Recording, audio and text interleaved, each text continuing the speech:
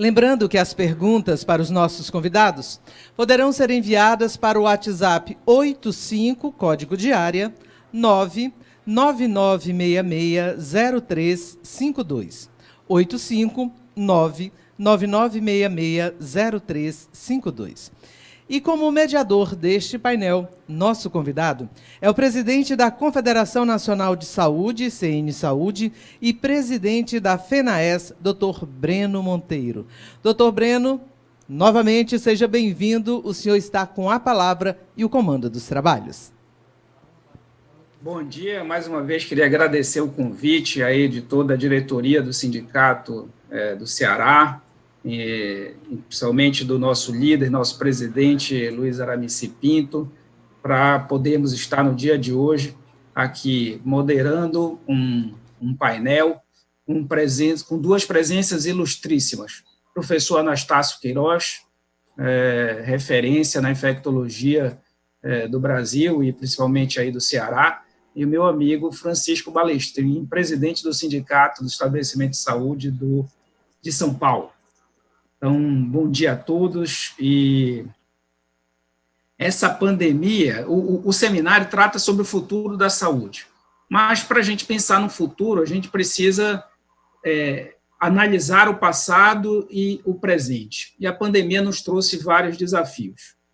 Acho que primeiro, o tamanho do Brasil, a complexidade que é o Brasil, mostrou desigualdades sociais muito claras. E, em virtude disso, tivemos ondas completamente diferentes. São 27 ondas, cada uma no seu estado, com transmissibilidade diferente, atingindo o sistema de saúde de forma diferente. As regiões mais desiguais, históricas, o norte, eu sou paraense, eu moro aqui em Belém. Belém pôde vivenciar colapso na área da saúde. Colapso não adianta você ter recurso, não adianta você ter dinheiro, não adianta você ter a carteira do plano de saúde, que quando congestiona, quando colapsa o sistema, a saúde, os profissionais, as estruturas não conseguem atender da forma adequada. E isso se refletiu em outros estados aqui. Manaus, aqui no Amazonas, aqui nosso vizinho, nós pudemos presenciar aquelas cenas de enterros coletivos em vala comum, ou seja, enquanto outros estados, e aí a gente vai lá para o estado do Balestrin, que historicamente tem um sistema de saúde melhor, mais adequado, com profissionais mais qualificados, com estruturas, com número de leitos de UTI muito maior para atender a população. Em nenhum momento houve, obviamente, muitas pessoas morreram, muitas pessoas foram contaminadas, mas nós não presenciamos esses cenários, esse cenário de colapso, de dificuldade, essa desigualdade social abrupta, muito clara para a população. Então, tem uma frase que diz que pobre é aquele que encontra a porta fechada. E creio que o desafio esteja em como conseguir arrombar esta porta para a gente poder diminuir essa desigualdade social. E começo fazendo uma pergunta para os nossos dois debatedores aqui, que os dois possam responder. Na semana passada, o UOL Notícias publicou uma matéria em que dizia que a mortalidade de UTIs públicas para o Covid é o dobro dos hospitais privados. São dados da Associação de Medicina Intensiva Brasileira. Professor Anastácio, doutor Balestrin, quais estratégias os líderes de saúde precisam fazer para diminuir essa desigualdade? Como superar a velha dualidade entre público e privado e como integrar esses dois sistemas? Eu inicio? Pode ser, professor Anastácio. Um bom dia a todos, ao doutor Breno, doutor Balestrin, e a todos que estão nos vendo e ouvindo. Evidentemente que todos nós reconhecemos que o serviço público ele ainda tem muita dificuldade em atender todas as pessoas de maneira adequada e em um tempo mais curto possível, né? E nós sabemos que nessa doença, pelo que nós conhecemos, quanto mais tarde se chega ao sistema, pior é o prognóstico, né? Evidentemente que nós sabemos também que o número de leitos proporcionalmente de terapia intensiva nas unidades privadas são bem maiores do que nas unidades públicas, isso em todos os estados, sem exceção, em alguns mais, outros menos, né? E, evidentemente, se o indivíduo chega tarde com o quadro dessa doença, o prognóstico piora e a mortalidade aumenta. Então, é muito fácil entender, digamos assim, essa estatística que é lamentável, mas é verdadeira, né? É realmente uma doença que tem uma fase de replicação viral, depois uma fase inflamatória. Evidentemente, aqueles que têm a oportunidade de ser tratado nos primeiros dias, eles nem evoluem para a fase inflamatória, eles nem se internam, mesmo pessoas com patologia de risco, né? Quer dizer, diabetes, hipertenso, pessoas com alguma doença crônica terminam tendo uma evolução mais favorável quando a abordagem terapêutica é feita precocemente. Essa é uma discussão que tem se arrastado, não vamos aqui entrar no mérito da questão, mas foi muito politizada e, digamos assim, questão financeira também, todos nós sabemos, das grandes indústrias farmacêuticas, isso prejudicou muitas pessoas no mundo todo, não é a questão do Brasil, na França, nos Estados Unidos, agora é uma grande discussão, e aqui no Brasil foi muito mais politizada do que financeiramente discutida, mas mesmo aqui também a questão financeira. O fato é que aqueles mais carentes, eles não têm transporte para chegar no hospital, eles vão a vários locais antes de serem encaminhados para um hospital e terminam tendo seus sintomas, eles têm uma compreensão menor das questões, né?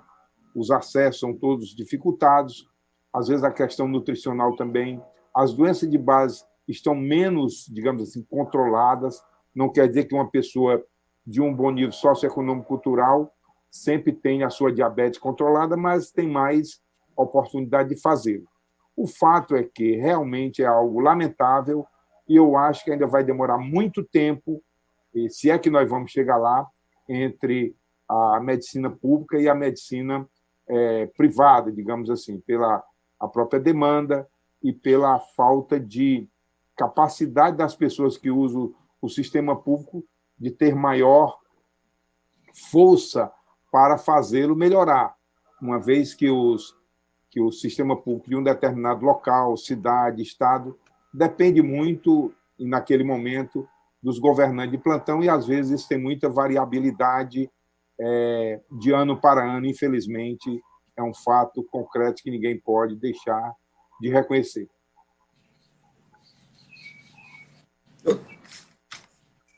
Doutor Balestrin, por favor, seus comentários. Bom, Breno, antes de mais nada, eu gostaria, claro, também de agradecer, né, esse convite aqui, que eu me senti muito honrado, né? Primeiro porque é um convite que vem de uma personalidade emérita nossa do setor de saúde, que é o nosso amigo Aramici, né?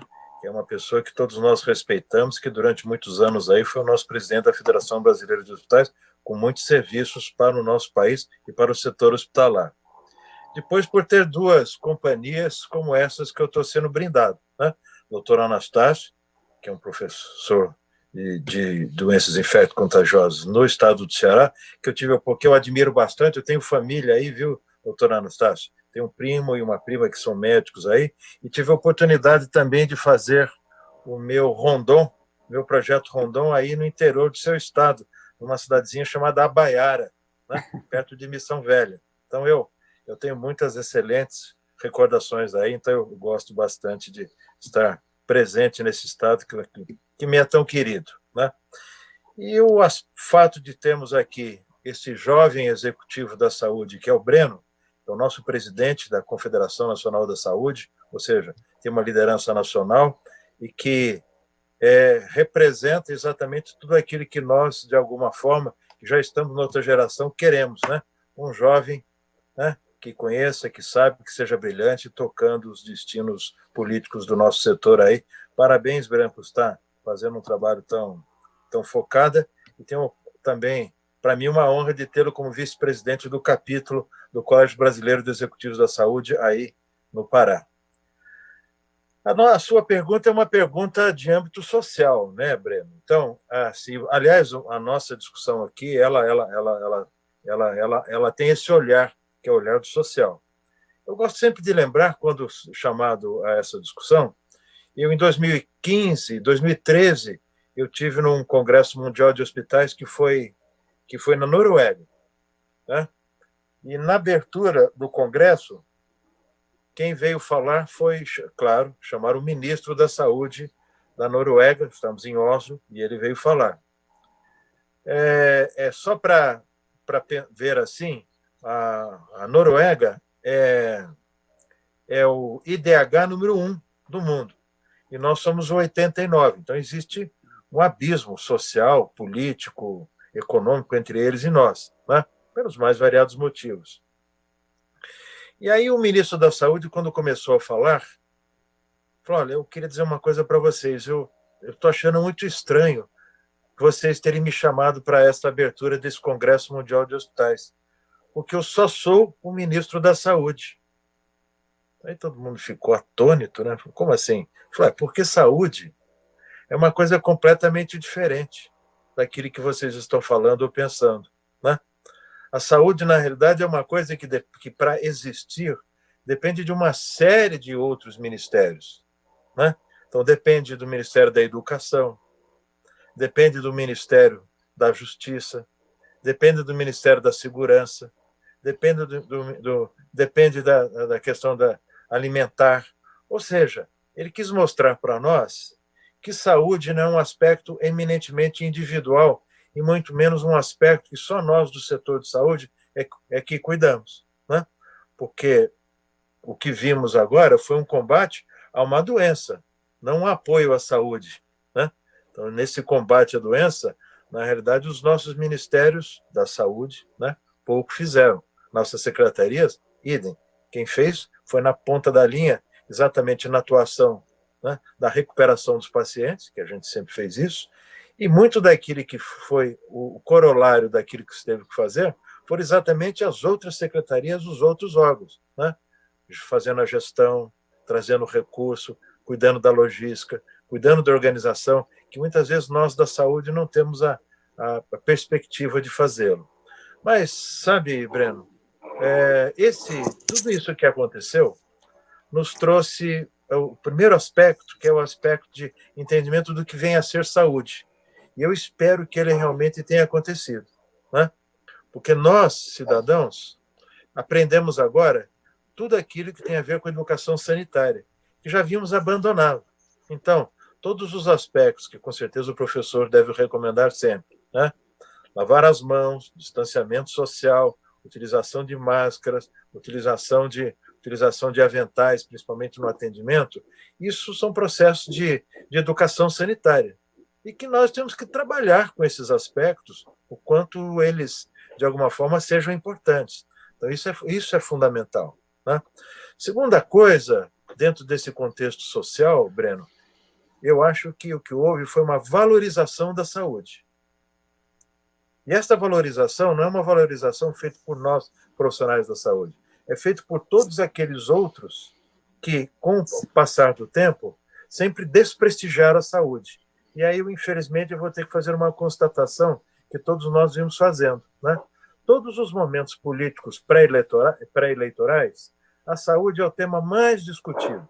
Não há dúvida nenhuma que aparece lá em todos os estados, em todas as grandes capitais, o IBOP ou qualquer outro órgão, né, de pesquisa faz uma pesquisa e diz: olha, os 3 maiores problemas do cidadão são, primeiro, saúde, segundo, segurança, terceiro, emprego. Inevitavelmente é uma coisa assim, mas saúde é sempre o primeiro. E todos os candidatos imediatamente fazem uma grande discussão dizendo que vão cuidar da saúde, que vai ter tantos e tantos hospitais, que vai ter tantas novas amas, que vai ter cuidados assim, etc, etc, tal. Todos. 3 meses antes, eles são verdadeiros papas e bispos de uma religião chamada saúde pública. No dia seguinte da eleição, não é 3 meses depois, não. Esse assunto é completamente esquecido. E a saúde passa a ser a última prioridade do político. Essa é uma grande verdade, né? E eu não preciso dar nenhum exemplo aqui, porque imagino que esse exemplo esteja assim, na imagem e na visão de todos nós. Então, eu espero que, desta vez, a gente tenha uma valorização da saúde como um bem individual e como o maior bem social que a gente possa ter, Breno, já que a nossa discussão é essa. E só para terminar, né, para colocar um pouquinho, eu estou entendendo que você quer que coloque um pouquinho de pimenta nessa discussão, eu acho que houve também uma outra coisa importante, o empoderamento do paciente, né? O paciente hoje ele sabe o quanto a saúde é fundamental para ele.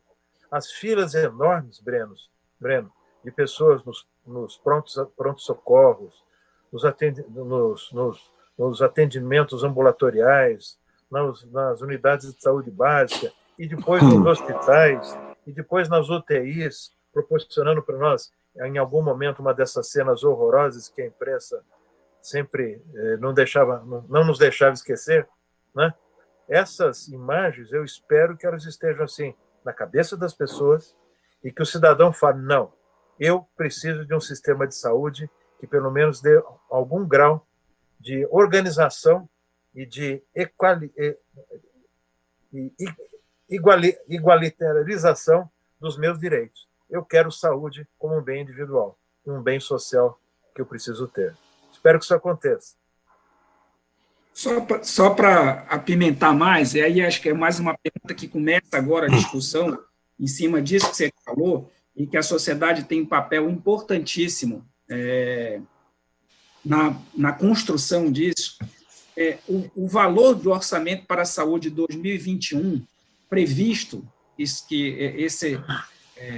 será mandado ao Congresso, prevê 127 bilhões e 750 milhões de reais para o ano 2021, ou seja, 47 bilhões a menos do que o aprovado para 2020.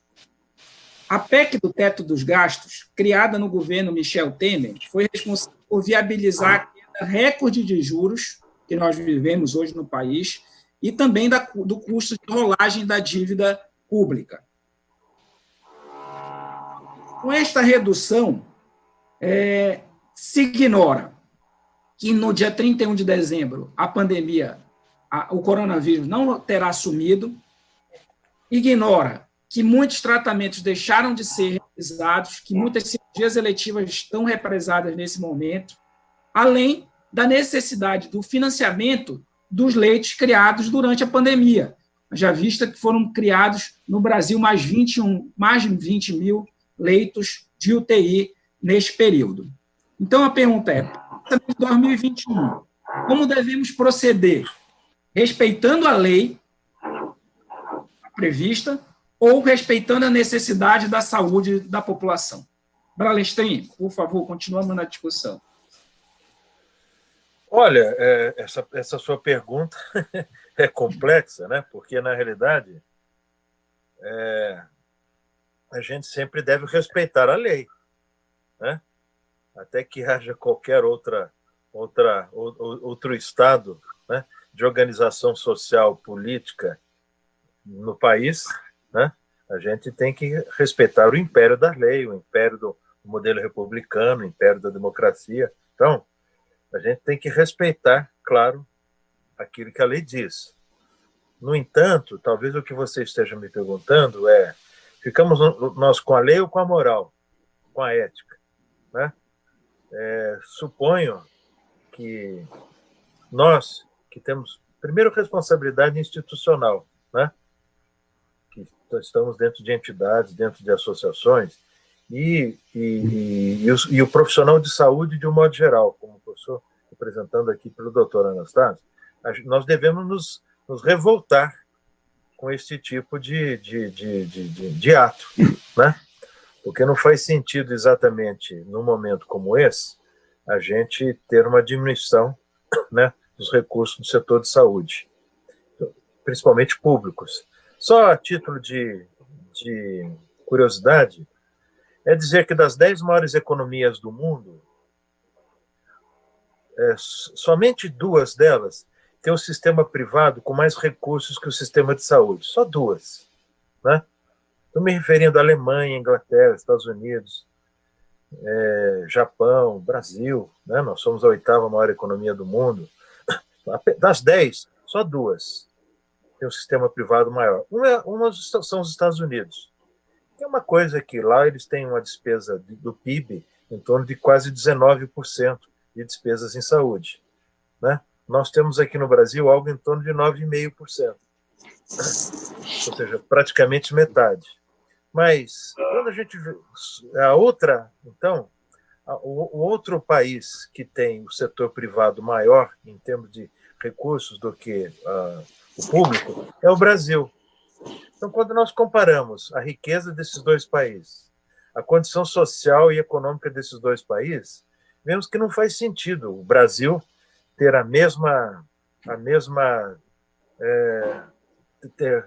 ter o setor privado maior, né? Não faz absolutamente nenhum sentido.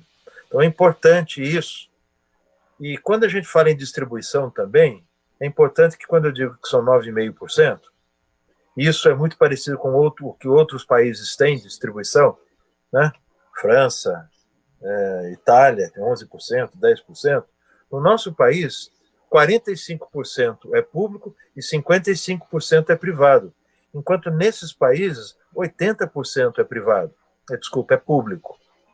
Então, é muito grande a distância, e só para que vocês saibam, quando eu falo de público, eu estou falando federal, estadual e municipal. Né? Vocês sabem isso muito bem. O federal com esse recurso aí, o estadual que tem que gastar normalmente até 12%, tem que gastar 12% das suas receitas líquidas, e os municípios têm que gastar 15% das suas receitas líquidas em saúde. O restante é privado. E quando a gente fala de privado, a gente também tem que ver outra coisa. Quando fala de privado, a gente imediatamente vem-nos à cabeça o chamado plano de saúde. Mas os planos de saúde não são aqueles que mais colocam recursos privados no setor de saúde. Né? Quem mais coloca recurso privado no setor de saúde somos nós, através do nosso out of pocket, tirando dinheiro do bolso, comprando medicamentos, comprando materiais, pagando exames quando eles demoram às vezes para sair no SUS, ou pagando procedimentos quando eles não são cobertos pelos planos de saúde. Ou seja, o maior financiador de saúde no nosso país somos nós, brasileiros, que tiramos dinheiro do bolso para pagar diretamente, mas, ao mesmo tempo, tiramos dinheiro do bolso para comprar plano de saúde, tiramos dinheiro do bolso para pagar impostos, que depois vão virar verbas federais, estaduais e municipais. Então, esse é um aspecto que, Breno, a gente tem, né, dentro da sua pergunta, o cidadão ele tem que, de novo, valorizar a saúde, saber que ele está empoderado e escolher adequadamente aquele que deve dividi-lo e que tenha uma proposta séria realmente no setor de saúde. Você tem toda a razão, Balestrin. Daqui a pouco eu volto com você para a gente discutir um pouco também sobre esse aspecto na saúde suplementar. Mas, professor Anastácio, com a pandemia do novo coronavírus, o tratamento de muitas das outras enfermidades está sendo negligenciado pela população diante da necessidade do adiamento de muitos desses tratamentos. Como mensurar o impacto dessa negligência nos próximos meses? Qual a sua visão? Não, primeiro, eu não havia falado, agradecer a oportunidade, evidentemente. O Aramici é uma pessoa que eu conheço há muitos anos, nós trabalhamos juntos quando eu fui secretário de Saúde do Estado durante 8 anos, ele era do nosso Conselho Estadual de Saúde e sempre contribuiu muito e sempre tivemos uma relação muito boa e ele continua contribuindo aí com o setor saúde, o que é muito bom para todos. Mas, vendo aqui a questão da sua pergunta, né? Você pode só repetir que eu perdi um pouco a linha de pensamento. Com a pandemia... Sim. Do coronavírus, então, pronto, voltei. Ok. Não há dúvidas que a impressão que passou durante essa pandemia é que algumas doenças desapareceram. Evidentemente que não desapareceram, as pessoas continuaram adoecendo, inclusive muitos óbitos que hoje nós vemos com clareza que eles estão sendo incluídos como de coronavírus. Não quer dizer que a pessoa não possa ter tido corona, mas não morreu de coronavírus. Reduziu-se o atendimento de muitas patologias, por paciente com câncer. Porque o que foi que aconteceu? As pessoas, muitos ambulatórios foram desativados. Por exemplo, eu trabalho no Hospital de Doenças Infecciosas, que existe um grande número de patologias atendidas ambulatorialmente. Mas o ambulatório, devido à pandemia, foi fechado. Então, os pacientes de AIDS passaram a receber a medicação, mas não ter atendimento, a não ser excepcionalmente na emergência, que eles procuravam não comparecer por causa dos pacientes com coronavírus, os pacientes com tuberculose, com leishmaniose, com várias outras doenças infecciosas. Isso se aplica a muitas outras patologias. Evidentemente, pessoas que, com medo de se contaminar nos hospitais, ficavam em casa, e isso levou a um prejuízo muito grande, né? Se nós olharmos, por exemplo, a questão do ganho de peso, é uma coisa absurda. Muitas pessoas ganharam 5 quilos, o número de pessoas que ganhou 5 quilos de peso, o sedentarismo, né, a questão psicológica, as pessoas ficarem em casa. Porque, por exemplo, muitos de nós, que o dia todo é muito cheio, tem palestra, tem que estudar, tem que dar aula, né, tem que publicar trabalho e continuou fazendo, muitas pessoas ficam em casa sem fazer nada. Isso traz um prejuízo imensurável na saúde das pessoas, de um modo geral. Então, acho que realmente foi um prejuízo que nós não temos ainda o dimensionamento. Mas as pessoas, isso em todos os países, né? Porque ficar em casa o tempo todo, tem pessoas, eu conheço pessoas jovens que, durante todo esse período até agora, não saíram de casa, mas não saíram de modo algum. E nem por isso deixaram de adoecer. Porque a secretária, a relação, quer dizer, na realidade, a ficar em casa o tempo todo não é uma garantia de não adoecimento, porque é impossível você se isolar do mundo, ou, digamos assim, de todos o tempo todo. Não tem como, você sempre tem algum contato e termina se relaxando. Só contar que recentemente teve uma publicação do CDC, naquela revista MMWR, que é do CDC, é o seguinte: numa cidade chamada Springfield, nos Estados Unidos, eu acho que foi o Wisconsin, porque tem muita cidade em Springfield, nos Estados Unidos, 2 cabeleireiros, durante o período de trabalho, se identificou que eles estavam trabalhando já com sintoma do coronavírus. Quando foi documentado, se procurou identificar todas as pessoas que foram atendidas por esses cabeleireiros, né? E foram um número de 139, isolaram essas pessoas por 14 dias, fizeram RT-PCR. Em resumo, depois de 14 dias, nenhuma dessas pessoas adoeceu. O que se concluiu, na realidade, é que os cabeleireiros usavam máscaras e todos os clientes também usavam máscara, com todos os cuidados. E isso mostra realmente a efetividade das medidas de prevenção. Mas essas mesmas pessoas terminaram contaminando 4 pessoas fora do trabalho, porque você não tem os mesmos cuidados. Então, em casa, você termina relaxando de alguma maneira, né? O fato é que o isolamento se fez, digamos assim, de maneira horizontal, quer dizer, todo mundo igual, tanto o bairro pobre como o bairro de menor condições, quer dizer, para todo mundo a mesma fórmula de prevenção, o que, na realidade, são pessoas que vivem em condições diferentes, né? Nós tivemos muitas incoerências. Enquanto nós enchíamos o banco, algumas políticas públicas iam atrás de pessoas que estavam caminhando na praia, quer dizer, coisas que não fazem o menor sentido. Mas, voltando aqui ao prejuízo em relação às diferentes doenças, eu acho que vários estudos vão sair, mas o prejuízo para as pessoas foi enorme, né? pessoas que têm algumas patologias de base não tiveram a oportunidade de fazer os acompanhamentos, né? E, consequentemente, a doença progrediu, e nós vamos ver muito mais prejuízo do ponto de vista psíquico, muito aumento de suicídio, que nós não temos ainda a estatística clara, distúrbios psicológicos das mais variadas naturezas, mas especialmente os pacientes com doença crônica, com câncer, esses tiveram sua doença, digamos assim, agravada, principalmente o câncer, que muitos hospitais fecharam totalmente o atendimento para não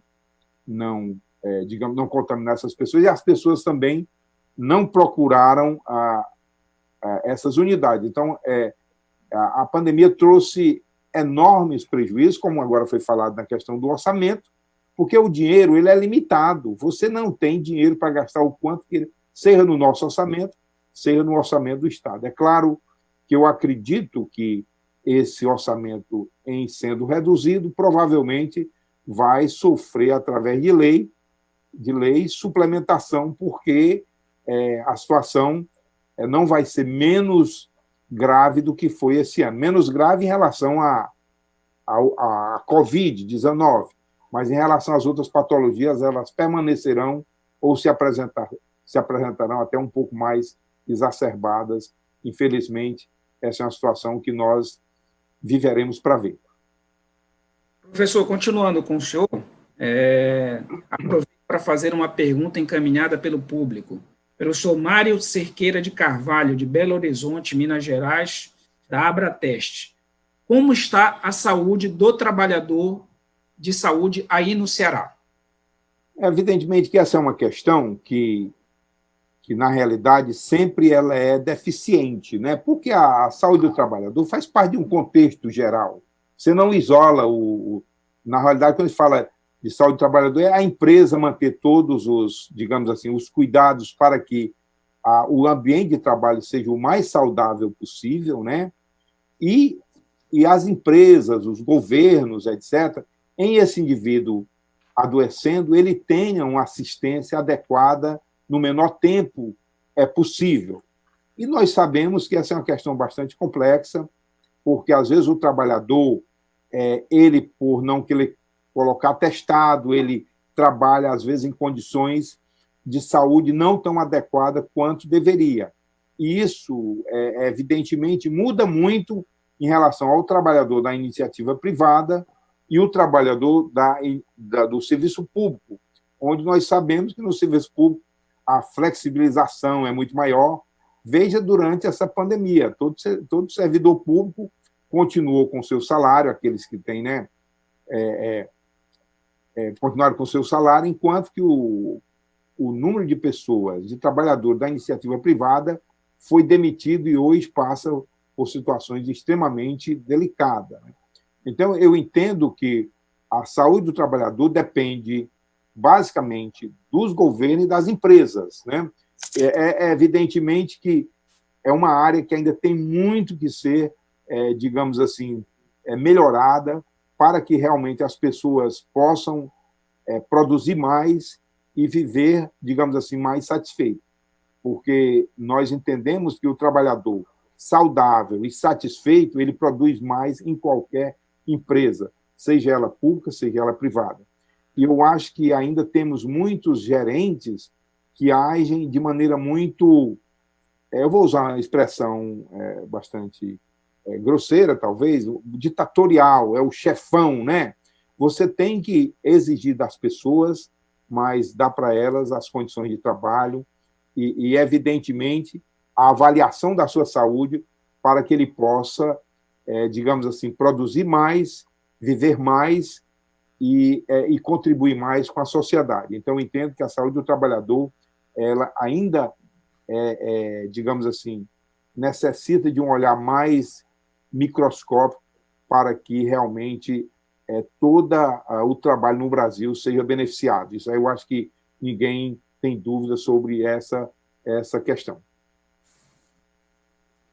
Balestrin, você que é presidente do Colégio Brasileiro de Líderes em Saúde e tem diversas estratégias sobre qualificação dos recursos humanos, e foi uma das fragilidades mostradas pela pandemia, somente com relação a médicos, enfermeiros, fisioterapeutas e gestores.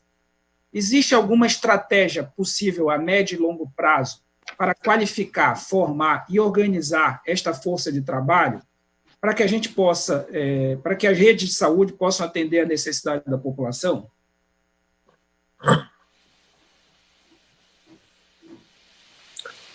Breno, o principal aspecto que a gente trabalha é o aspecto das lideranças, né?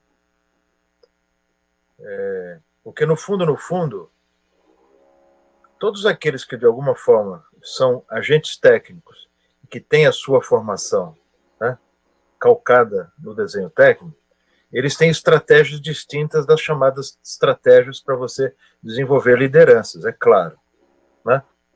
Eu diria, assim, bem objetivamente, todos aqueles aspectos que têm aspectos a ver com a formação das pessoas, né? E, aliás, numa das perguntas você fez uma constatação de que, eventualmente, as práticas no setor público elas fossem distintas das práticas no setor privado, né? Isso é a disseminação mais rápida do conhecimento no setor privado do que do conhecimento no setor público, né? Porque, na realidade, você tem uma homogeneidade maior no setor privado e tem instrumentos e ferramentas que são mais, digamos, mais ágeis para fazer com que isso também aconteça no setor público. Então, a primeira questão que eu diria para você é que nós, principalmente através das estratégias, que são estratégias que têm a ver, na minha percepção hoje, com o ensino à distância, a gente possa, de alguma forma, né, reconhecendo que a digitalização no setor de saúde, né, a saúde digital ela é importante, ela já está aí definida, que ela possa ser utilizada como um grande instrumento para a homogeneização dos conhecimentos e das práticas, não tenho dúvida. Quando você fala de liderança, esse trabalho é um trabalho distinto, né? Primeiro, e aí o professor colocou, né, dizer, que é a diferença entre chefia e liderança, né? Aparentemente, nós temos muitos chefes hoje no nosso... De alto a baixo, no nosso país, nós estamos cheios desses chefes autoritários, né, que, pelo fato de estarem numa posição, digamos assim, superior, se sentem líderes também, quando, na realidade, o desenho da liderança ela é diferente do desenho da hierarquia, né? Quando a gente fala liderança, liderança é como se fosse uma eleição.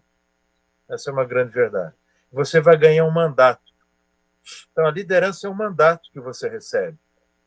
E esse mandato ele vem de baixo para cima e não de cima para baixo. Não é quem manda que lhe dá o mandato e diz você é líder ou você vai ser líder. Ao contrário, é quem são seus companheiros, quem está com você, quem está no dia a dia que vai dizer, bom, você tem quando você, imperceptivelmente, você vai ter essa condição. Então, trabalhar na liderança é algo que precisa ser feito. Então, você, por exemplo, citou este programa que nós temos aí, que se chama o CBEX Futuro, onde nós trabalhamos lideranças de 39 jovens até 39 anos de idade, exatamente em cinco áreas de liderança. Eu não vou definir aqui agora, mas o objetivo é que eles se encontrem durante um período de um ano com mentores, pessoas que são líderes no setor de saúde, em 5 áreas distintas, e possam, através de discussões, conversas, aprendizados, networkings, eles, ao final desse cabo, né, terem aí a oportunidade de se desenvolver e se apresentarem como líderes, porque a liderança, ela também é contagiosa. Ela é tão contagiosa quanto, acho que, o nosso Covid-19 aí, né? Temos, por exemplo, um exemplo, né, de um colega nosso que fez o programa, né, e que hoje no seu estado é o secretário adjunto de saúde. Ele fez o ano passado e montou uma rede de relacionamento e foi submetido a várias experiências, além de ser uma pessoa brilhante, né, que acabou assumindo nesse instante aí esse aspecto. Mas eu diria para vocês, assim, que quando a gente fala de liderança, a gente busca assim, primeiro, a liderança tem que ter propósito. Você tem que ter um propósito para liderar, né? É muito diferente de você querer atingir um objetivo econômico comercial. A liderança, você sempre vai atrás de um propósito. E isso encanta as pessoas, encanta aqueles que vão estar no dia a dia. Todo mundo quer estar com um líder, ou com uma empresa líder, ou com um estado líder, ou com um município líder, ou com um grupo líder, né? Esse propósito, ele de alguma forma também, ele tem que estar embutido dentro de uma perspectiva de compromisso. E esse compromisso é um compromisso de um para o outro, né?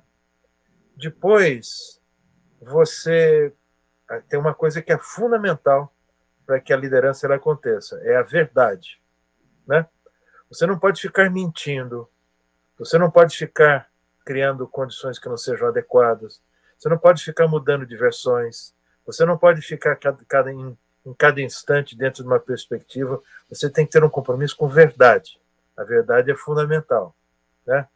É verdade também que, às vezes, em momentos como esse que nós estamos vivendo, a verdade é uma verdade que se discute, né? Você não tem uma verdade, você não tem nenhuma verdade científica absoluta, né, professor?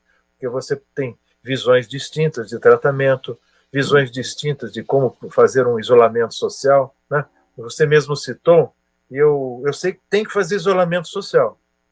Mas, por exemplo, eu tenho uma visão de isolamento social que outros possam não ter. Então, isso é algo que também é discutível. Mas a verdade tem que ter isolamento social, tem que usar máscara, né? E assim sucessivamente, né? Eu vejo que aqui em São Paulo a gente tem muitas polêmicas. Por exemplo, uma que me chama a atenção, né? Por que nos restaurantes são liberadas as mesas dentro dos restaurantes e as mesas fora, que teoricamente estão num ambiente aberto e que estão num ambiente que facilitaria exatamente esse distanciamento social, essas são proibidas, né? Por que há grupos que acham que o ensino tem que começar agora em setembro e outros acham que não? Por que uns acham que tem que começar com os jovens, né, de maternal e de primário, e outros acham que tem que começar com o secundário ou com a universidade? Então, o que você tem que ter é compromisso com a verdade, só isso, né? Depois, exemplo. Depois, transparência. Mas o principal deles é a integridade, é a resiliência. Nós temos que resistir o quanto possível em cima daquilo que a gente tem que são os nossos objetivos. E eu gosto muito, viu, Breno, quando a gente fala de liderança, de contar uma pequena história, que é pequena mesmo, você vai ver, que é o exemplo do Marquês de Pombal, né? Portugal está aí na nossa história, né? Então, o Marquês de Pombal foi um grande líder português, né, na década do século XVIII. Em 1756, quando teve o terremoto que destruiu Lisboa, ele assumiu e disse: nós só vamos fazer 3 coisas: fechar os portos, enterrar os mortos e cuidar dos feridos. Que é o que a gente tem que fazer aqui: isolamento social, cuidar daqueles que estão doentes e enterrar, infelizmente, os mortos. Vamos lá. As suas histórias são sempre assim, inebriantes, para a gente continuar o debate. Você citou uma pessoa o Cipriano, que hoje é secretário adjunto aqui no Pará, de saúde, e que é um líder nato, um líder que teve a oportunidade de passar num programa aí do SEDEX, e que eu advogo como fundamental para que a gente possa qualificar as equipes e tendo liderança. Não chefes, a gente precisa transformar os chefes em líderes, e esse é um papel do Colégio Brasileiro de Executivo, e que muito mais importante, Balestrin, porque é um setor, o setor de saúde, um setor que passou pela crise econômica, onde a saúde suplementar perdeu 3 milhões de vidas, todo o setor da economia desempregando. O setor de saúde foi o único que manteve emprego de saldo positivo desde 2015 até agora. É um setor que é responsável por 2,2 milhões de trabalhadores, carteira assinada, maior do que construção civil, maior do que agricultura. Nós empregamos. E a pandemia veio mostrar ainda mais claramente isso. Um setor onde, no momento em que vários serviços foram desativados, unidades de laboratório, medicina diagnóstica, os consultórios parados, enquanto o Brasil perdeu 1,2 milhão de empregos, o setor de serviço, fortemente atingido, perdeu 515 mil postos de trabalho, o setor de saúde empregou 45 mil pessoas. Então, a gente precisa, é um setor de muita mão de obra e que a gente precisa ter qualificação nos treinamentos, e eu acho que eles partem mais da liderança, muito mais da formação do gestor das unidades que treinarão, que qualificarão as suas equipes. Eu volto agora a fazer uma pergunta direcionada para os dois. Telemedicina. O Conselho Federal de Medicina chegou a aprovar uma resolução autorizando a telemedicina, por pressão, teve que voltar atrás ainda no ano de 2018. Por conta da pandemia, autorizado excepcionalmente a prática da telemedicina, da teleorientação e da teleconsulta. Mais do que isso, acho que a pandemia mostrou a dificuldade de acesso dessas desigualdades sociais que nós temos pelo país e trazendo essa dificuldade de acesso. Então, trazendo o desafio de ampliar o acesso e, obviamente, esse acesso através da tecnologia é mais fácil, porque a gente precisa do paciente certo, no lugar certo, evitando atraso nos diagnósticos e nas condutas. E a pandemia mostrou que muitos ficaram sem atendimento, porque não tínhamos estabelecido já lá atrás a realidade, a autorização da telemedicina. Essa autorização está permitida durante o período de calamidade pública. O que nós temos que fazer, até porque qual é o país no mundo que constitui exército apenas no período de guerra? Nenhum. Então, a gente precisa estabelecer regras que, obviamente, não prejudiquem, e isso é fundamental, a autonomia dos profissionais médicos, que isso é uma dos problemas que surgiu lá atrás. Então, eu queria ouvir de vocês a opinião sobre a questão da ampliação do acesso através da tecnologia da telemedicina e como nós devemos nos pautar para conseguir que haja aprovação urgente dessa tecnologia. Na realidade, esse foi um grande ganho, quer dizer, tanto a educação à distância, né, como a telemedicina, um ganho muito grande nesse triste episódio da pandemia que tantas vidas levou, né? Eu acho que toda situação muito grave, ela traz muito benefício. Veja a questão da AIDS. Poucas doenças trouxeram tanto benefício em questão de diagnóstico, né? Tudo que nós fazemos hoje, RT-PCR, a avaliação da imunidade, e isso a AIDS nos trouxe, porque forçou a que se realmente desenvolvesse novas tecnologias diagnósticas, etc., principalmente na terapia. Então, eu vejo, assim, eu sempre fui um grande defensor, quando eu estava na secretaria, nós criamos salas de videoconferência no interior todo, com um secretário, na época, Ariosto Holanda, que hoje é deputado federal, para que realmente se pudesse comunicar com o interior de uma maneira mais ágil e mais fácil, né? Evidentemente que, vou só citar algum exemplo, por exemplo, nós não precisamos, na psiquiatria, há muitos anos já, nos Estados Unidos, por exemplo, as pequenas cidades, os psiquiatras, você tem um psiquiatra em Chicago e tem um paciente lá no interiorzinho de Massachusetts, ou de outro estado, né, evidentemente, pode ser qualquer estado, e o indivíduo faz a consulta de psiquiatria, né, como nós estamos aqui, isso já se faz há muito tempo.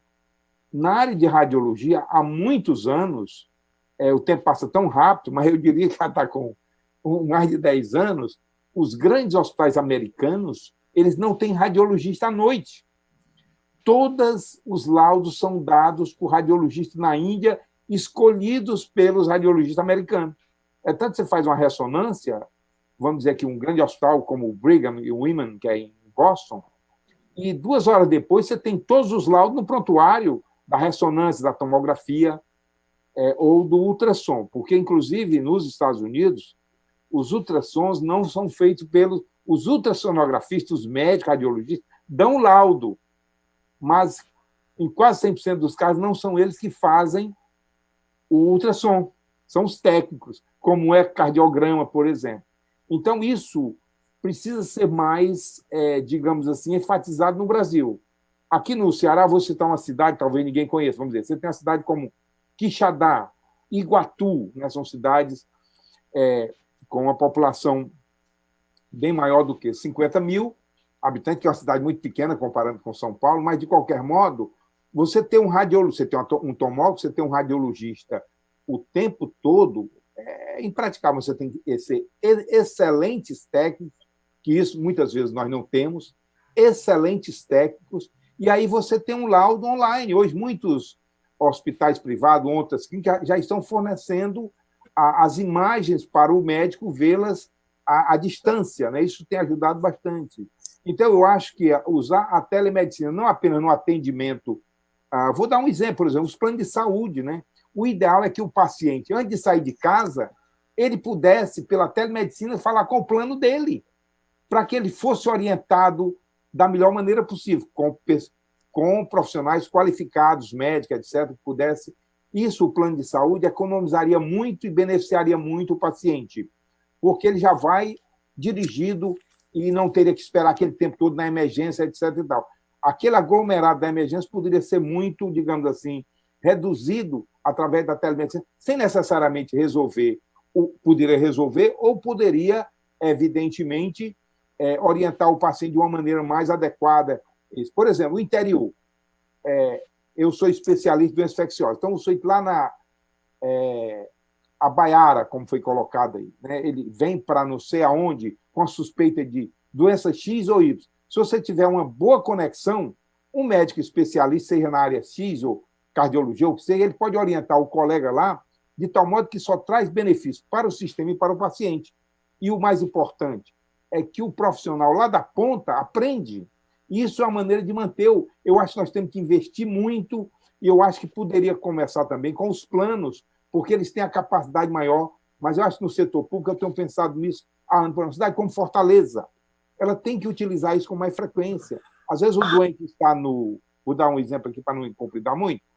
Ele está com um quadro grave numa UPA e ele precisa ser transferido, aí põe no sistema, né? Põe na central de leitos. O ideal é que o médico do hospital que vai receber pudesse conversar com o médico e ver o paciente ao vivo naquele momento. Aí você prioriza os pacientes que realmente serão transferidos, e não só aquela coisa de papel que ainda se faz. Isso realmente traz um prejuízo enorme. Mas eu acho que na área de psiquiatria, radiologia, dermatologia, nós podemos fazer muita coisa a curto prazo, e em todas as áreas, eu acho que, inclusive no ensino, por exemplo. Por exemplo, eu dou um curso no mestrado da UFC, que praticamente é todo teórico. Então, eu acho que agora, esse semestre que a gente começa em setembro, a gente pode fazer perfeitamente online, com muita qualidade e muito menos gasto, porque cada aluno pode ficar em casa, a gente pode controlar, e isso é um... Então, eu vejo a telemedicina como a educação à distância ganharam muito nessa pandemia, e eu espero que esse ganho possa ser incrementado ao longo dos meses, ao longo dos anos. Breno, essa sua pergunta, na realidade, ela não é uma pergunta de uma faceta única, né? Você não está única e exclusivamente perguntando sobre telemedicina, né? Eu entendo que o que você pergunta também e nos traz é uma discussão sobre a modernidade, né? Quer dizer, o que é que a sociedade nossa como um todo ela está indo de um ponto para outro, e quando ela o faz, o que é que nós deixamos de ter e o que é que nós ganhamos. Então, por exemplo, só para voltar daqui um pouquinho nessa pergunta, Eu, muitas vezes pela manhã, eu faço o seguinte, eu pego o meu telefone celular, entro na minha conta corrente do meu banco e pago as minhas contas. Vejo como é que estão as coisas, né? Entro, olho, vejo, ou seja, imagine se eu tivesse que fazer como eu fazia antigamente, ir lá no caixa do banco e entrar na fila, né? Para pagar, pegar aquele monte de carnê, levar lá para pagar. O tempo que eu perdia, o tempo que as pessoas perdiam. É verdade que hoje eu já estaria numa fila de idoso, o que me facilitaria o acesso, né? Mas, de qualquer forma, toda esta tecnologia foi colocada à nossa disposição. Então, isso foi um avanço. Eu sei que aqueles que eram caixas de banco, e eu não estou comparando, por favor, muitos deles, perderam as suas ocupações como caixa de banco, mas ganharam e fizeram e se transformaram em pessoas mais importantes dentro do contexto como um todo, desde que tivessem cultura, informação e capacidade de assim fazê-lo. Minha filha, ela estuda no exterior. E é claro que, por uma questão desta pandemia, no dia 15 de março, eu já a trouxe de volta aqui, até porque a universidade que ela estuda, né, que fica na Inglaterra, falou, olha, fechou, está fechado, vou embora. Né? Após o erro inicial também do líder do Reino Unido, que teve uma percepção pouco clara do que era a pandemia, né? E a minimizou, e aí o que aconteceu foi que a Inglaterra, entre outras coisas, foi o país que até agora foi aquele que perdeu o maior PIB, né? Exatamente por essa discussão. Em primeiro lugar vem a saúde ou vem a economia, o que é que vem? Então, mostrou-se que o que é que foi que aconteceu. Mas isso tudo, ela terminou o semestre dela pelo computador. Tinha aula, tinha seminários, tinha discussões. E um dia eu perguntei para ela, mas vem cá, por que você quer voltar então? E a escola está voltando agora em setembro. Ela me falou, por uma coisa. Eu falei, o que quero? Você pela experiência. Eu aqui eu não tenho experiência nenhuma. Lá eu vivencio uma experiência. Então agora eu vou para a saúde. Né? A saúde, quando a gente fala exclusivamente em telemedicina, e eu não vou falar ainda de saúde digital, vou falar de telemedicina. Quando a gente fala de telemedicina, a gente passa a ter a oportunidade de dar um maior acesso a todas as pessoas, porque à distância. Você pode fazer isso pelo seu celular, você pode fazer isso pelo seu computador, você pode fazer isso pelo seu iPad, quem o tem, evidentemente. Né? Desde que, em primeiro lugar, você faça isso dentro de padrões de transmissão de imagem, de padrões de guarda de informações, padrões de recuperação que sejam exatamente os padrões técnicos. Não é fazer consulta via WhatsApp, nem fazer consulta via Zoom. Isso não é telemedicina. Né?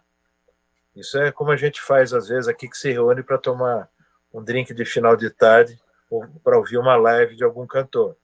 Isso pode, né? Mas em telemedicina não pode. Então, se isso aconteceu, a gente conseguiu, de fato, Breno, dar o acesso a milhões de pessoas, ou a milhares de pessoas. Onde que está a discussão hoje, na minha opinião? Primeiro, na experiência, de novo, na falta da experiência, porque, de fato, de tempos em tempos, há necessidade que você ou o seu paciente tenha acesso. Então, há de se montar protocolos onde essa experiência ela possa ser resgatada.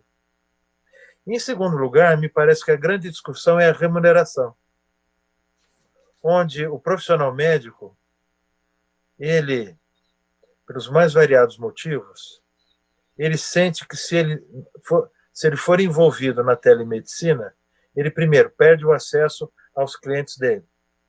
E, segundo, passará a ser remunerado de uma forma menos adequada por aqueles que o pagam, sejam eles pagadores privados, principalmente, né?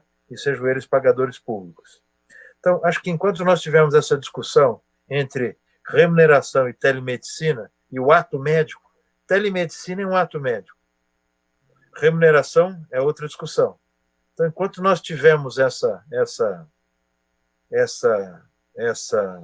dicotomia, essa discussão, nós vamos continuar com isso.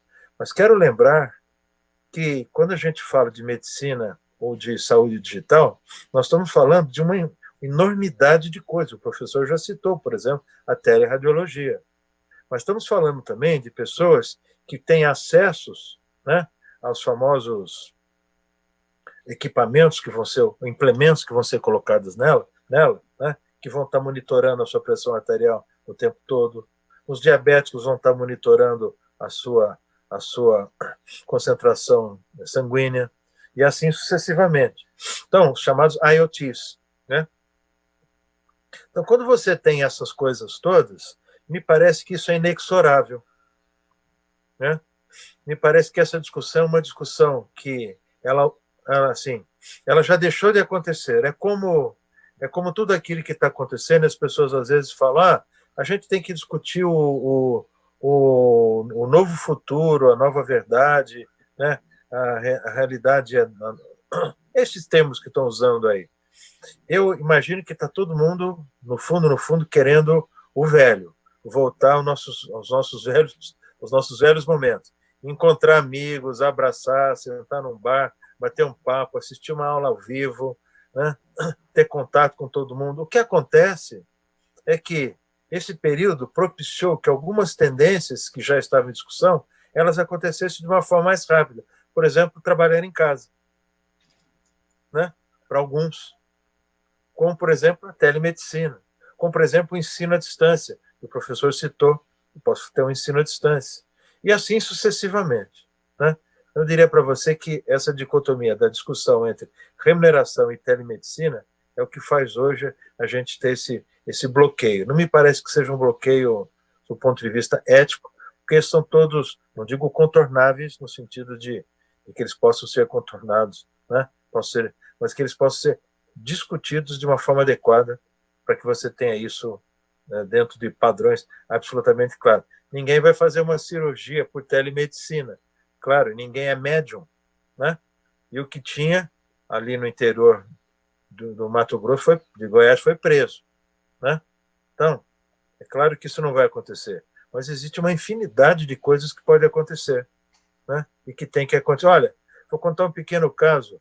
Eu tive, alguns 2 anos atrás, num evento num país da Europa, na França, e eles apresentaram uma grande novidade, que era a novidade de atendimento médico à distância. Era como se fosse um Kinder Ovo grandão. Era um Kinder Ovo, era grandão. Você entrava, tinha uma poltrona, aí tinha uma câmera na sua frente, você colocava um manguito, você retirava um aparelho para fazer, ao mesmo tempo você fazia otoscopia, nasoscopia, laringoscopia, você próprio que fazia, e tinha um médico que aparecia na telinha para você, que conversava com você, né? Fazia um exame de fundo, um exame de vista, que você colocava os olhos, media a sua pressão, conversava com você, não fazia exames, claro, né? Mas, ao final, se houvesse a oportunidade, ele imediatamente já imprimia uma receita e imprimia uma solicitação de exames. Era isso que você fazia, né? Pronto, dentro de um Kinder Ovo grandão. Aonde? Num país como a França, onde eles achavam que precisavam isso exatamente para atender os rincões, imagina, os rincões e os locais onde você tinha vazios sanitários na França, né? Então, imagine aqui no nosso país o quanto a telemedicina, ou essa possibilidade, elas são fundamentais. Concordo com você que essa dicotomia aí do acesso com a remuneração não pode... E sou extremamente favorável, a gente precisa fomentar essa discussão e conseguir que haja uma regulamentação dessa prática, não só nesse período de pandemia, e que isso possa se estender e virar uma prática no Brasil. Apesar de que eu ressalto que tem algo que é fundamental e a gente precisa ficar muito de olho. Não é na remuneração, mas na autonomia médica. Quando o usuário do plano de saúde, por exemplo, tratado da saúde suplementar, ele contrata um plano de saúde, tem uma rede que preste serviço, uma rede de médicos, uma rede de laboratórios. E se a telemedicina, se a teleconsulta for utilizada para direcionamento, para cerceamento da autonomia médica, nós vamos para um ambiente muito ruim, um ambiente danoso ao consumidor, um ambiente danoso ao paciente. E é nisso que a gente precisa, como líderes, estar de olho, para que não possa acontecer, para que a autonomia do médico, para a liberdade de escolha do paciente, possa ser uma garantia nesse processo de regulamentação da telemedicina. E, fora isso, a gente precisa urgentemente fazer com que ela seja aprovada. Balestrin, no dia de ontem, o Globo publicou uma matéria com o seguinte título: depois de alta nos lucros no segundo trimestre, operadoras reajustam planos em mais de 15%. Você é sabedor de que sempre a inflação médica foi jogada no colo do prestador, como se o prestador fosse, ou seja, quem está prestando o serviço era o responsável por essa alta médica. E aí indica, ao mesmo tempo que a ANS indica que a sinistralidade média das operadoras desabou, porque pacientes deixaram de ser atendidos, consultas deixaram de ser realizadas, Sul América dobra o lucro em relação ao primeiro trimestre, alta de 6 vezes. Intermédica, alta de 150% no lucro. Apvida, em relação ao ano anterior, 25% a mais de lucro.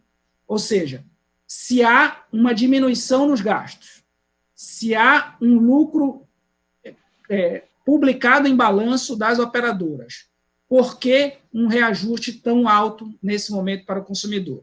E o que tem acontecido? Entre março e junho, 400 mil vidas a menos na saúde suplementar. A demandada deverá se acentuar nos próximos meses, porque ocorrerá aumento do desemprego, perda de renda de pequenas e médios empresários, médias empresas, e principalmente também dos profissionais liberais.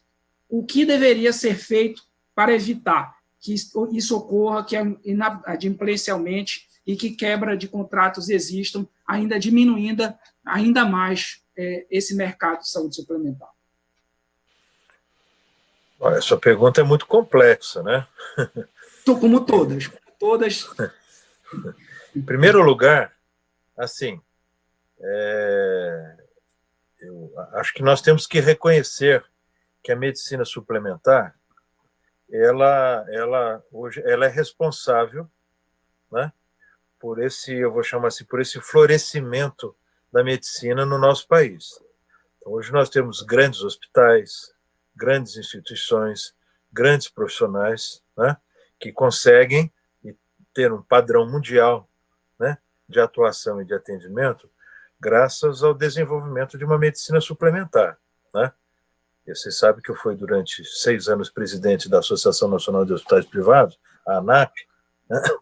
E lá um conjunto de hospitais, são todos hospitais que, de alguma forma, eles são majoritariamente, né, mais de 90% das suas receitas, elas são oriundas da medicina suplementar. Então, são todos hospitais de alto padrão, de boa qualidade, né, focados exatamente em padrões internacionais com excelência na área da saúde. Então, isso é algo que a gente tem que louvar na existência desse mercado, né? Por outro lado, é claro que esta questão, né, dos custos médicos, ele é uma pandemia, né, porque é uma discussão mundial também, né? Não é uma discussão afeita só a nós. Estados Unidos, Canadá, Europa, todos os países que a gente teve oportunidade, sempre a discussão do custo médico, ele é um custo, é algo discutido, e sempre se soube, né, que o custo em saúde ele ultrapassa os chamados custos de uma inflação normal, né, porque além de incorporar os custos desta inflação, ele incorpora os custos próprios da saúde. Tem a ver com pesquisa, com desenvolvimento, com o aparecimento de novos fármacos, com a necessidade de você ter pessoas cada vez mais especializadas, mais tecnologia, ou seja, você tem outras coisas que são incorporadas a isso, né? Também a gente não pode esquecer que num país como o nosso, a carga tributária do setor de saúde, ela é uma carga tributária escorchante, né? Na maior parte dos países do mundo, você tem as instituições de saúde, até pela finalidade social delas, é claro, né? Elas têm regimes tributários diferenciados, coisa que nós não temos no nosso país. Nós estamos, o setor privado, principalmente de saúde, ele é submetido a essas questões todas, né? Então, e nós temos, infelizmente, no nosso país, uma ausência de algo que é importante. Eu vou ser breve, que é um modelo assistencial adequado. Nós nunca discutimos o modelo assistencial no nosso país como um todo, né? A gente não sabe como é que funciona. Qual que é o modelo assistencial, né? Onde você veja saúde dentro dos preceitos que você tem que ver saúde mesmo, né? Saúde é o famoso 2Ps, 2Rs. Promoção, prevenção, recuperação e reabilitação, né? A gente olha a saúde única e exclusivamente pelo aspecto recuperação. Então é só custo,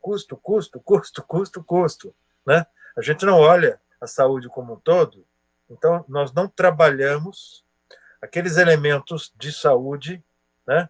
Como educação sanitária, higiene, boa alimentação, segurança pública. A gente tem 50 mil pessoas por ano no nosso país que são assassinadas. Isso é um custo de saúde enorme. Nós temos 45 mil pessoas que morrem em acidente de trânsito. Para onde vão essas pessoas? Para um hospital, né? Ficam internadas. Não estou dizendo. Ou seja, nós não temos políticas públicas, né, que tomem conta da promoção da saúde. Então a gente vai levando a pessoa para ficar doente, para gastar mais e mais. Porque quanto mais você se aproxima da necessidade de ir para o hospital, mais você gasta. Onde é que você acha que você gasta mais? Dentro de uma unidade básica de saúde, fazendo um programa de medicina primária, ou dentro de uma terapia intensiva, né, com respirador, porque você foi um hipertenso, teve um AVC porque não tratou da hipertensão, é obeso, não tratou da diabetes. É claro que é lá na UTI. Então a gente gasta mais para a saúde. Então a gente não tem um modelo de assistência à saúde discutido, seja no público, seja no privado. Isso aumenta os nossos custos e gastos de saúde. Basta ver o que aconteceu em março, abril, maio e junho, né? Quando a própria Agência Nacional de Saúde, junto com o Conselho Federal de Medicina, e junto, é claro, com a dúvida que os pacientes tinham, principalmente aqueles que tinham seus problemas crônicos, de ir aos hospitais, mas a agência, ela proibiu, ela permitiu que as operadoras não emitissem guias para os pacientes que necessitavam de cirurgias eletivas. O assunto é longo, eu não quero me alongar aqui. Então, eu acho que esse momento atual, onde as operadoras tiveram, né, esse resultado, e é verdade, eu li também essa matéria, a Sul América teve um lucro de 280 milhões, quer dizer, é um número alto, né? Então, o que acontece? Você diminuiu em muito a receita das instituições de saúde. Nós tivemos hospitais que tiveram ocupação em torno de 35%, 40%. Hospitais que faziam 50, 40, 60 cirurgias por dia começaram a fazer 2, 3. Então, isso, claro, diminuiu os custos, né, de sinistro, entre aspas, das operadoras. Então, elas tiveram o resultado. Estou supondo que elas acham que isso é um tsunami, né? Que teve aquele momento onde nada aconteceu, né? O mar estava tranquilo, estava calmo, e de repente agora vem a grande onda. Deve estar achando que esta grande onda, que vai ser assim, as cirurgias que não foram realizadas, os pacientes crônicos, oncológicos, neurológicos e cardiológicos que não fizeram o seu acompanhamento, voltam agora a fazer, muitas vezes deles piorados, né? Então, consequentemente, vão gastar mais. Estou supondo que é exatamente isso. Se você me perguntar, no momento como atual, você apresentar para a sociedade brasileira, onde existe um desemprego, existe a preocupação com o futuro, existe essas dúvidas, se é uma coisa positiva você apresentar um reajuste de 15% a 20%, eu vou dizer para você que, do ponto de vista mercadológico, né, me parece uma péssima ação. Né? Então, você, que a sociedade que deveria reconhecer que os planos de saúde são fundamentais e são importantes, porque dão as condições de tratamento de saúde, vão focar exatamente nessa questão do reajuste, que é um reajuste alto, principalmente no momento como o atual. Então, eu, se fosse gestor, mas não sou, né, de operadora de plano de saúde, eu estaria pensando em buscar uma alternativa para mitigar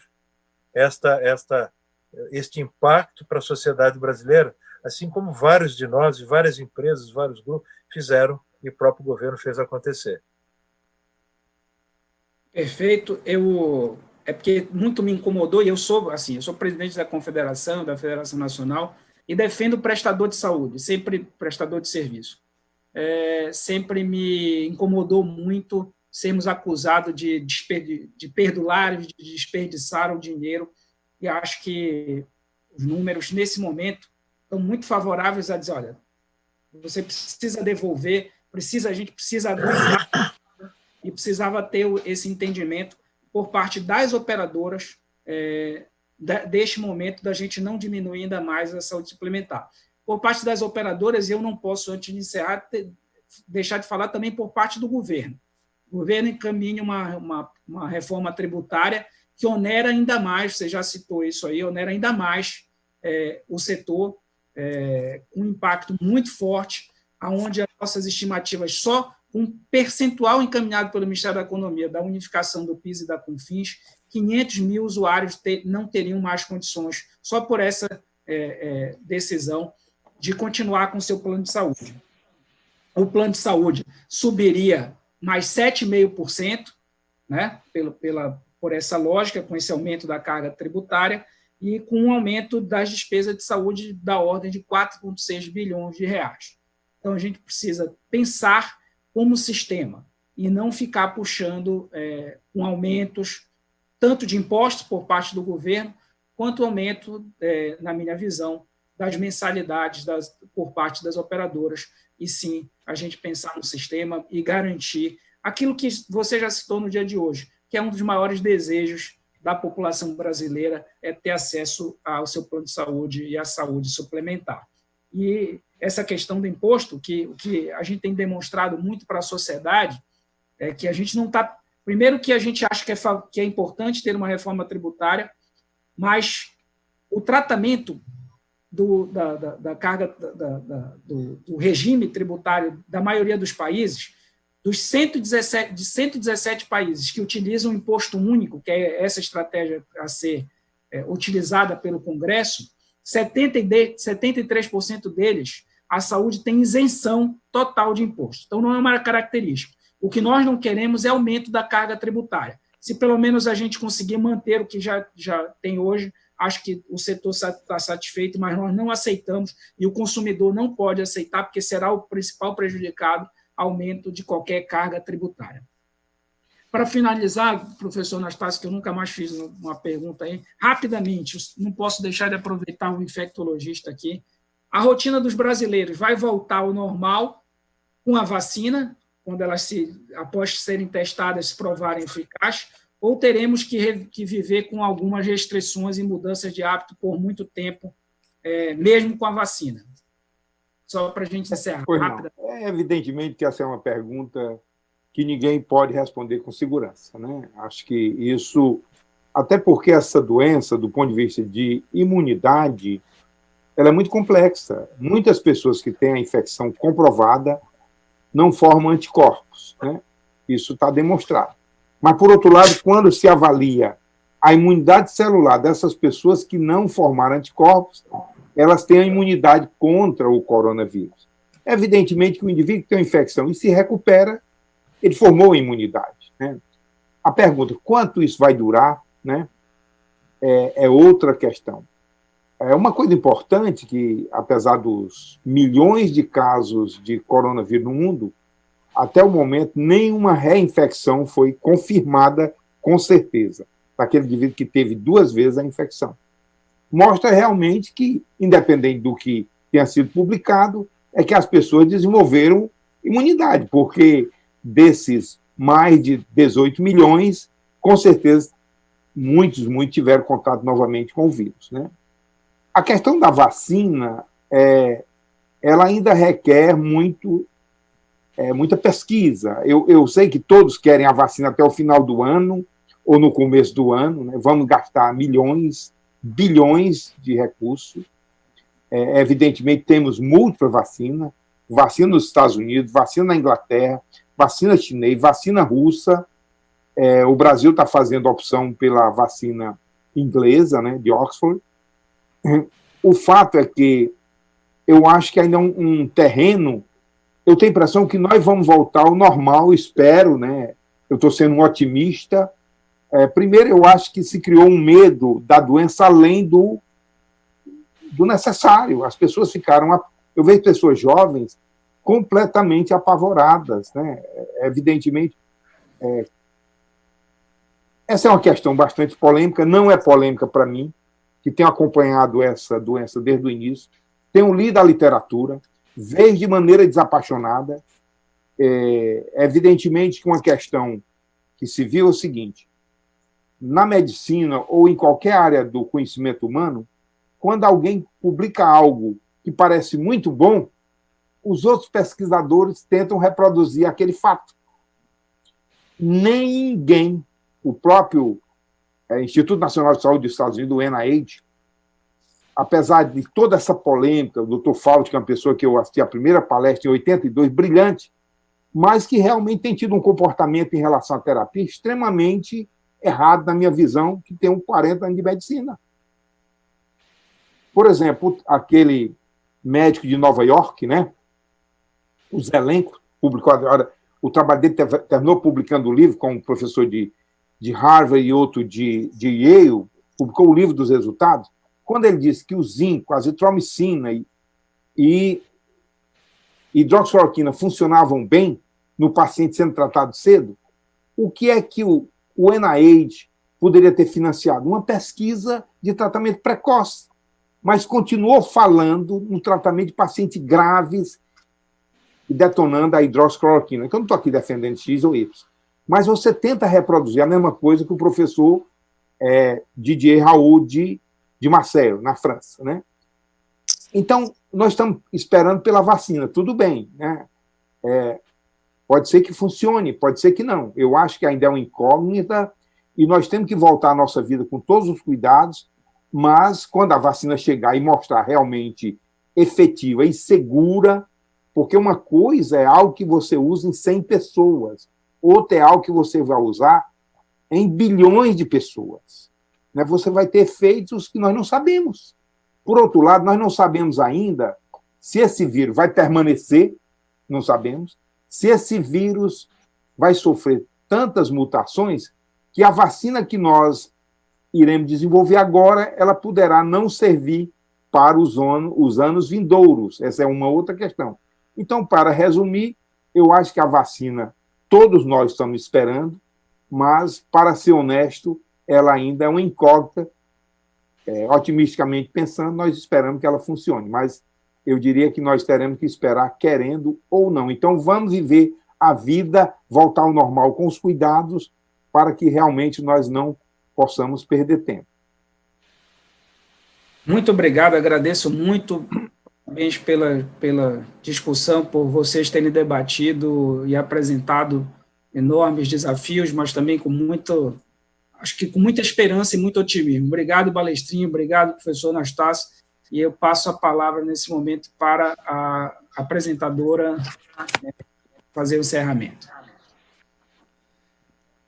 Os nossos agradecimentos aos participantes do painel, doutor Balestrin, doutor Anastácio, quer dizer, duas personalidades que honram o Brasil e que os nomes já extrapolam as nossas fronteiras pelo critério da transparência, do compromisso com a verdade.